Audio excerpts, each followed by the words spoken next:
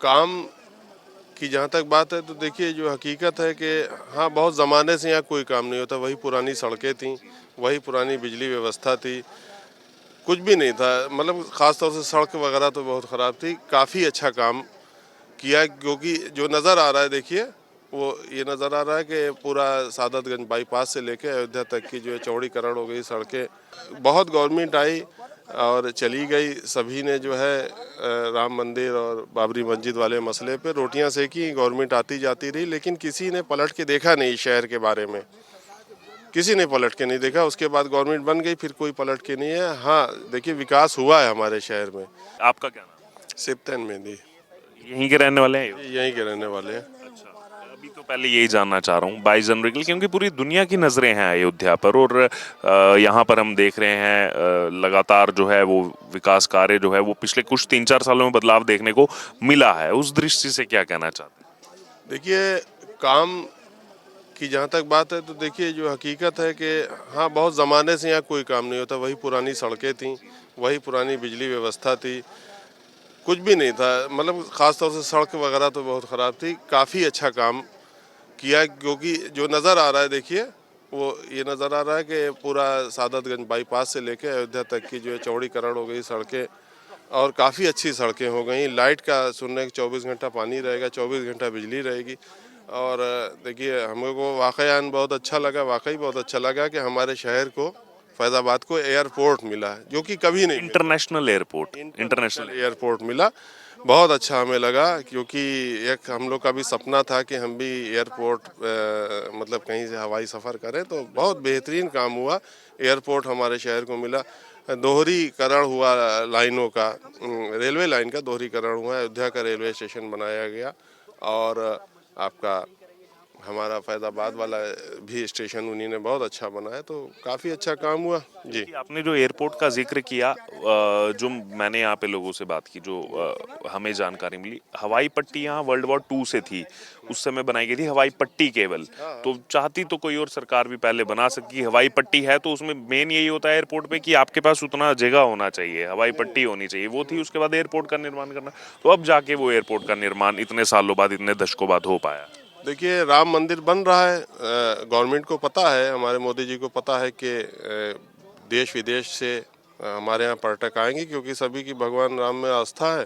तो लोग आएंगे, तो बिना एयरपोर्ट से, ट्रेन से तो वो पॉसिबल नहीं ना, और रोड से भी वो पॉसिबल नहीं ना कि विदेश से हमारे यहाँ पर्यटक आए। इसलिए उन्हीं ने ये काम करवाया। और एयरपोर्ट फिर हम कहेंगे बहुत अच्छा लगा हमारे शहर को मिला। बहुत गवर्नमेंट आई और चली गई, सभी ने जो है राम मंदिर और बाबरी मस्जिद वाले मसले पे रोटियां सेकी। गवर्नमेंट आती जाती रही, लेकिन किसी ने पलट के देखा नहीं शहर के बारे में। किसी ने पलट के नहीं देखा। उसके बाद गवर्नमेंट बन गई, फिर कोई पलट के नहीं है। हाँ, देखिए विकास हुआ है हमारे शहर में।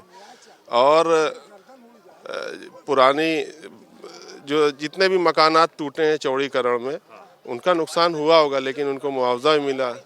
विजिट करते हुए बहुत से लोग मुझे मिले, यहीं के, अयोध्या के, जिनको जो है अब टूरिस्ट गाइड के नाते सरकार की तरफ से तैयार किया जा रहा है 10 साल के लिए निशुल्क। उनको सब जगह घुमाया जा रहा है, क्योंकि बाहर से लोग आएंगे। अब उनको पूरा सब तो पता नहीं है, केवल एक जो है मंदिर सबसे ज़्यादा प्रचलित है, और भी बहुत ऐतिहासिक धरोहरें हैं, पूरा पूरा सब सब चीज़ें हैं। तो उसके लिए तैयार किया जा रहा है लोगों को, यहीं के अयोध्या के लोगों को, कि आप उनको सिखाइएगा, आप आकर के उनको जो है गाइड कीजिए। जी, तो बहुत अच्छी पहल है अगर गवर्नमेंट ऐसा करवाना चाह रही है कि लोगों को यहाँ इसी माने 10,000 लोगों को रोज़गार मिलेगा। उनको हमारे शहर के बारे में लोग रहते तो ज़रूर है, लेकिन उनको पता नहीं ना कि किसने क्या बनाया है। जैसे बहू बेगम साहिबा का मकबरा है, या शुजाउद्दौला का जो है मकबरा है, या गुलाब बाड़ी, लोगों को पता नहीं ना, उसका इतिहास के बारे में नहीं पता, उनका क्या योगदान था देश की आज़ादी में। जैसे नवाबों ने बहुत कुर्बानियाँ दी हैं देश की आज़ादी में। अंग्रेज़ों ने कहा था कि हमें आपसे कोई परेशानी नहीं है, आप रह सकते हैं, लेकिन इसके बावजूद वो आज़ादी में उन्हीं ने लड़ाई में कूदे, उनका बहुत नुकसान हुआ ये है। सब तो 47 के समय हुआ है, जब बट गया तमाम जो चीजें, उससे पहले तो कुछ नहीं। जी भाई, हम यही कहना चाह रहे हैं, हम बताना चाह रहे हैं। तो इतिहास में जब जाएंगे तभी तो पता चलेगा नवाबीन ने हमारे शहर के लिए क्या किया। तो बहुत अच्छी पहल है, और दोनों ही चीज़ों को अगर वो बताएंगे, जो भी टूरिस्ट गाइड जो हैं तैयार किए जाएंगे, अगर दोनों मज़हब के बारे में बताएंगे, बल्कि चारों मज़हब जो हमारा हिंदू, मुसलमान, सिख, ईसाई जो सब हैं, गुरु नानक साहब हैं, ईसा मसीह हैं, भगवान राम है जो हमारे जी। यहाँ की गंगा जमुनी तहजीब है उसके बारे में सबको पता चलेगा, बहुत अच्छा लगेगा, बहुत जाहिर सी अच्छा बात है। लगेगा। बिल्कुल इसीलिए मैं कह रहा हूँ अब जैसे जो यहाँ पर प्राण प्रतिष्ठा कार्यक्रम है बहुत से दल बहुत सारी चीजें बोल रहे हैं, लेकिन अब जैसे इकबाल अंसारी को भी बुलाया गया है, वो बाबरी मस्जिद के पक्षकार रहे सुप्रीम कोर्ट में, उनको भी निमंत्रण दिया, उन्होंने कहा मैं जाऊंगा उस दिन वहां पर। देखिए वो उनका ज़ाती मामला है। उनके वालिद साहब ने जो कोर्ट में केस चल रहा था वो थे, और उनके जो विपक्ष में जो लड़ते थे, क्या नाम था उनका, बाबा थे, दोनों एक उनके साथ। पिता उनके नहीं नहीं नहीं, इकबाल अंसारी जो है उनके पिता की मैं बात कर रहा हूँ। वो और उस टाइम में जो बाबा थे साथ में एक ही रिक्शे से जाते थे कोर्ट। इतना ज़्यादा प्यार था दोनों में, एक ही साथ जाते थे। एक पक्ष था, एक प्रतिपक्ष था, उसके बावजूद एक ही रिक्शे पे जाते थे जी। ये हम लोग को पता है। अब ये देखिए उनका है, अगर वो इनविटेशन उनको दिया गया है तो जाहिर सी बात जाएंगे, और अगर हमें भी दिया जाता तो हम भी जाते।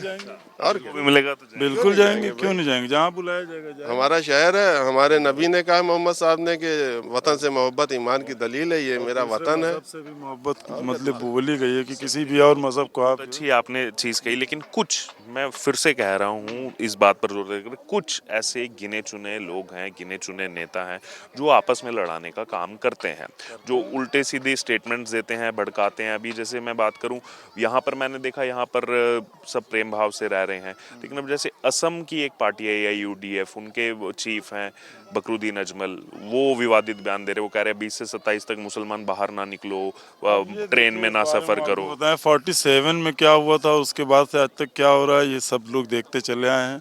सब उसके बारे में बेटर से बेटर राय आप किसी से भी पूछिएगा।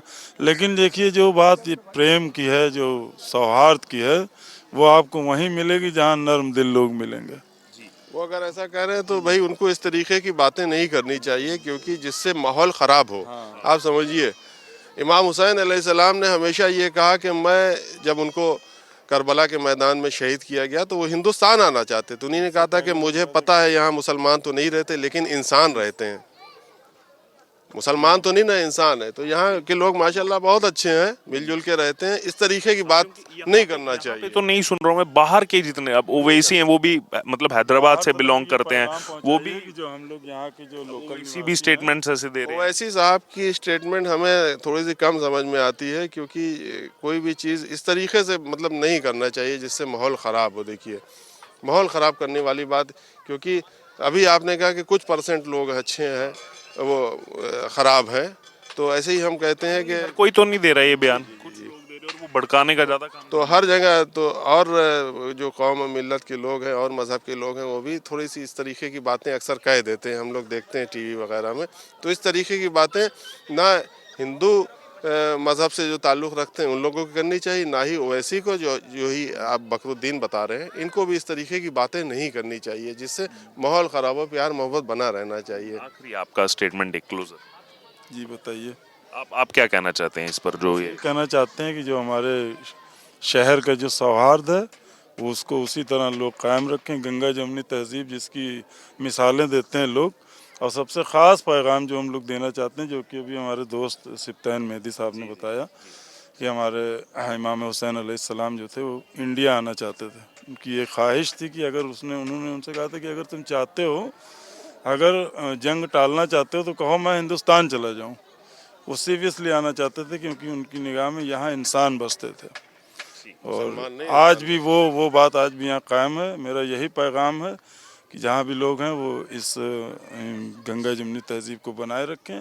सभी मज़हब हमारा देश तरक्की करे, फले फूले, हम लोग प्यार एक गुलदस्ते की तरह, जिसमें तमाम किस्म के फूल होते हैं, हम लोग एक गुलदस्ते की तरह है, उसमें आप भी भाई शामिल हैं, आप भी शामिल हैं। हमारा देश तरक्की करे, खूब आगे बढ़े, पूरी दुनिया में मेरे देश का नाम हो, पूरी दुनिया में नाम। जिंदाबाद रहे। हिंदुस्तान जिंदाबाद रहे, और जिंदाबाद है, जिंदाबाद रहेगा इंशाल्लाह।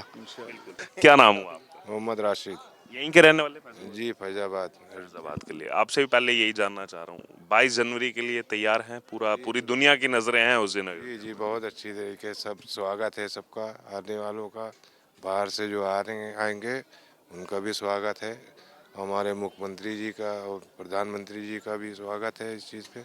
हम लोग हिंदू मुसलमान सब यहाँ मिल के एकता और हर चीज़ सब मिल करके करते हैं। ये चीज मैंने अयोध्या के अंदर देखी है, ये जो आपने कहा ये मैंने अयोध्या के अंदर देखी है, मिलजुल कर रहना। लेकिन अब यहाँ के नाम पर, अब जैसे मैंने इनसे पूछा, बकरुद्दीन अजमल जो हैं असम के हैं, वो AIUDF पार्टी है वहाँ पे, और वो कहते हैं कि बाहर मत निकलो मुसलमान, एक हफ्ते के लिए जो है घरों के अंदर बैठे रहो, ट्रेन में मत सफर करो। ये गलत कह रहे हैं। वो यहाँ शांतिपूर्वक है, यहाँ कोई ऐसी बात नहीं है। वो सब नफरत फैलाने वाले बहुत से हैं। और यहाँ अयोध्या में जो है सारी एकता, हिंदू मुस्लिम सारी एकता, सब एक साथ ही हैं। और बाहर से आने वाले मेहमानों के लिए भी स्वागत है।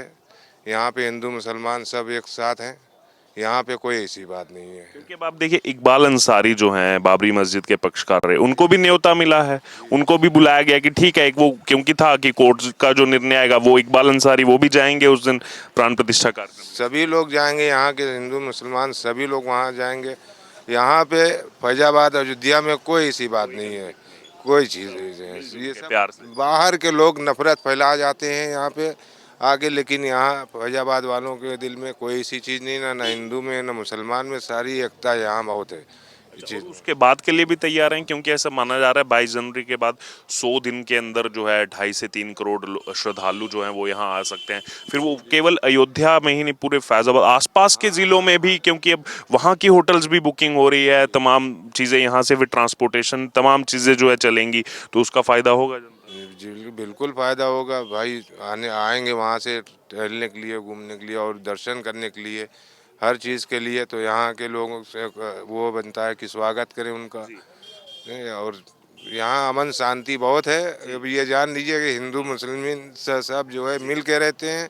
अब ये है कि नफरत फैलाने वाले दो चार इधर उधर से आ गए तो वो नफरत फैला देते हैं आपस में, लेकिन यहाँ एकता बहुत है, हिंदू मुस्लिम में एकता बहुत है। तो आपने राय सुनी। आज हम आप पहुंचे फैज़ाबाद में और यहाँ की बड़ी मस्जिदों में शामिल जामा मस्जिद जो कि यहाँ पर मौजूद है इमामबाड़ा इलाके में। यहाँ पर राय जो है वो यहाँ पर सुनी, क्योंकि सभी समुदायों की राय जो है हम आपके तक पहुँचा रहे हैं अयोध्या से। अब आपकी इस पर जो भी राय हो, जो भी प्रतिक्रिया हो, आप ज़रूर हमारे साथ कमेंट बॉक्स में शेयर करें। नमस्कार, मैं हूं आपके साथ अर्जुन खजूरिया और आपका स्वागत है हमारे चैनल पर। लगातार अयोध्या से कवरेज जारी है और इसी बीच आज हम आप पहुंचे हैं फैज़ाबाद में मौजूद जो इमामबाड़ा इलाका है और यहाँ की जो बड़ी मस्जिदों में से एक जामा मस्जिद है, यहाँ पर हम पहुंचे हैं क्योंकि जुम्मे की नमाज के बाद जो है लोग जो बाहर आ रहे हैं उनसे बात करते हैं, उनकी राय जानते हैं, क्योंकि सभी समुदायों की, सभी वर्गों से जो है हम राय ले रहे हैं कि क्या तैयारी है अयोध्या की, क्योंकि आने वाले समय में पूरी दुनिया भर से जो है ऐसा माना जा रहा है 100 दिन के अंदर 2.5 से 3 करोड़ श्रद्धालु आएंगे। क्या पूरी अयोध्या तैयार है? और ऐसा माना जा रहा है कि इकॉनमी यहाँ की आर्थिक दृष्टि से जो है बहुत ज़्यादा परिपूर्ण जो है वो यहाँ पर अयोध्या होने वाला